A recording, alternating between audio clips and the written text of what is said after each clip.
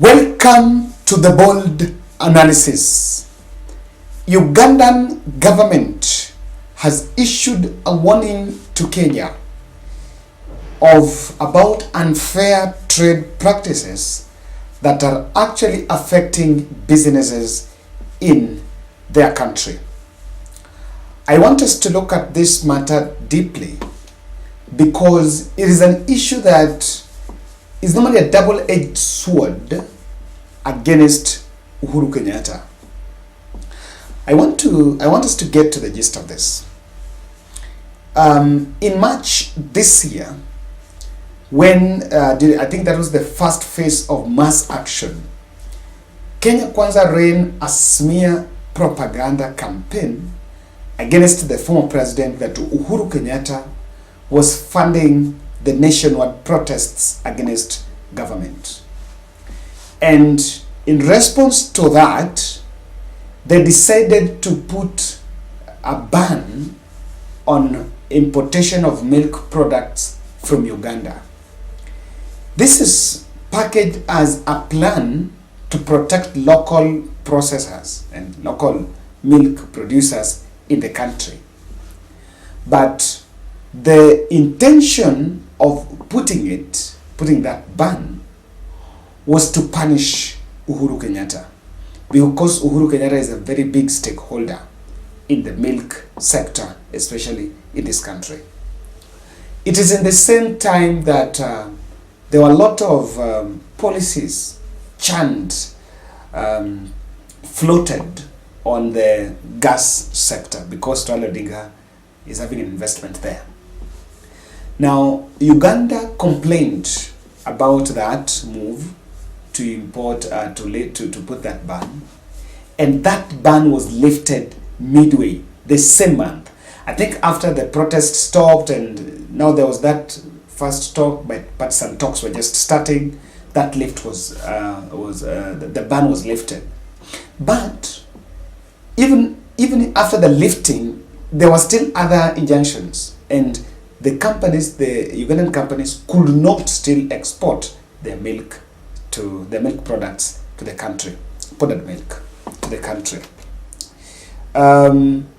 Their third deputy prime minister, Rebecca Kadaga, then when speaking in East African Business and Investment Summit and Expo over last week, pointed out Kenya's milk deal as one of unfair practices.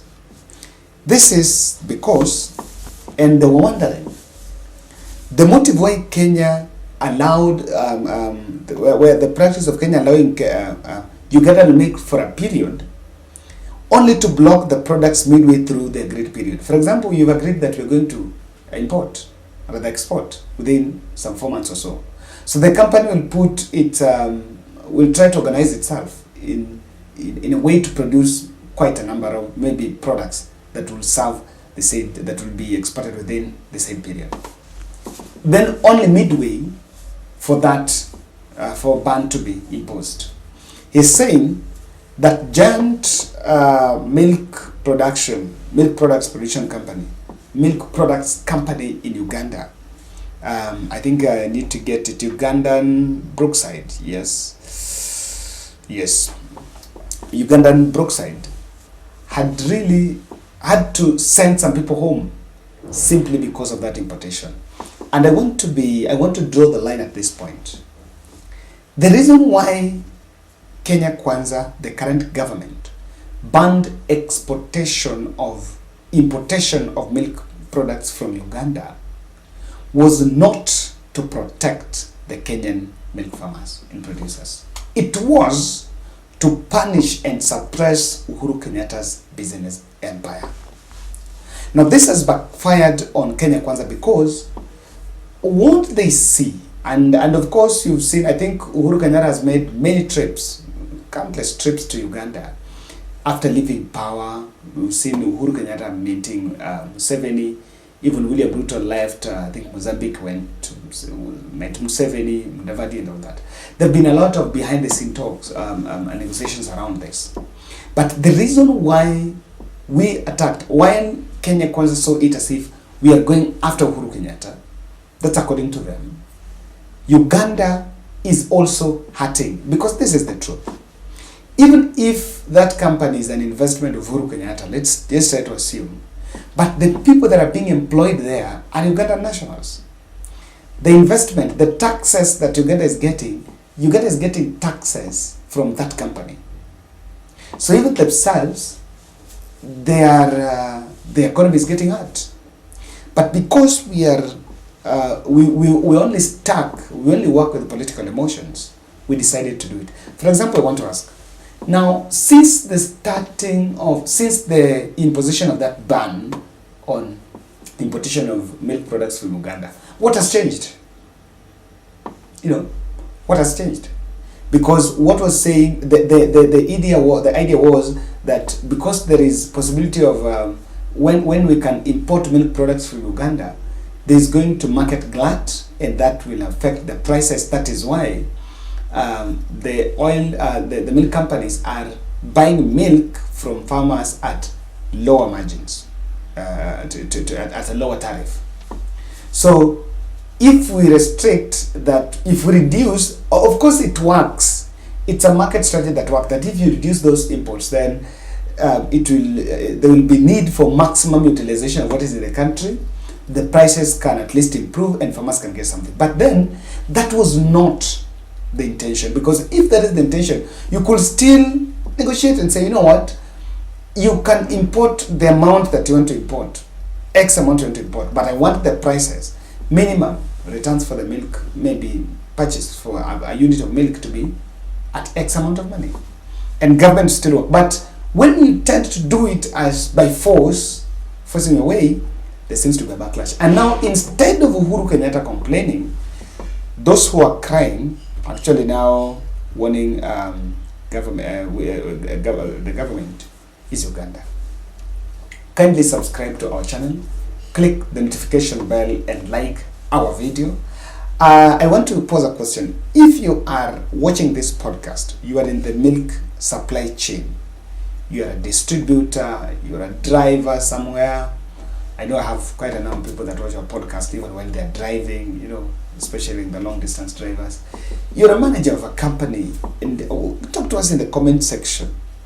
What is the impact? Has it worked for the milk sector? Now, even for the farmer in Mount Kenya. Recently, when William Ruto was in Mount Kenya, this issue was pitched, about mnanunua milk, maziwa pesa ngapi, and the issue of the milk politics was pitched there, Can you tell us significant impact of the difference you've felt because Kenya has not been importing milk products from Uganda?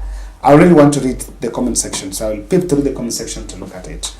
We have problem, and the problem I want to tell Uganda, my viewers from Uganda, the issue here is not Uganda.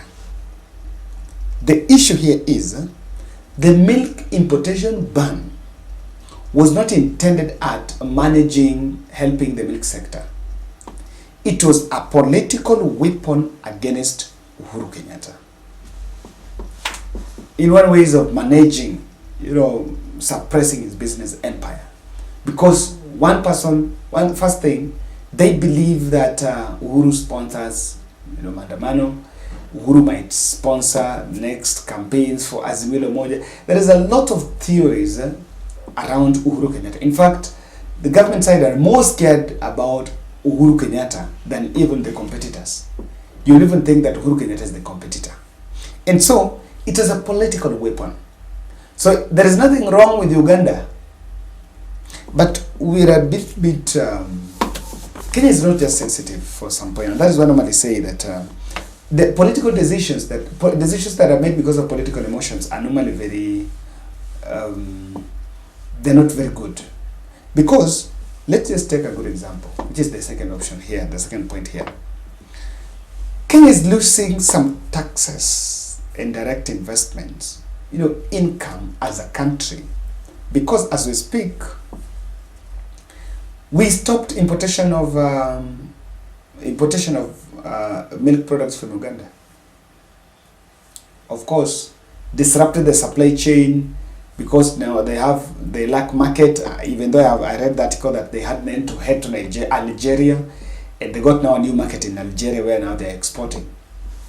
But do you also know that oil marketing companies from Uganda are now preferring to go and buy oil through the Tanzania than Kenya?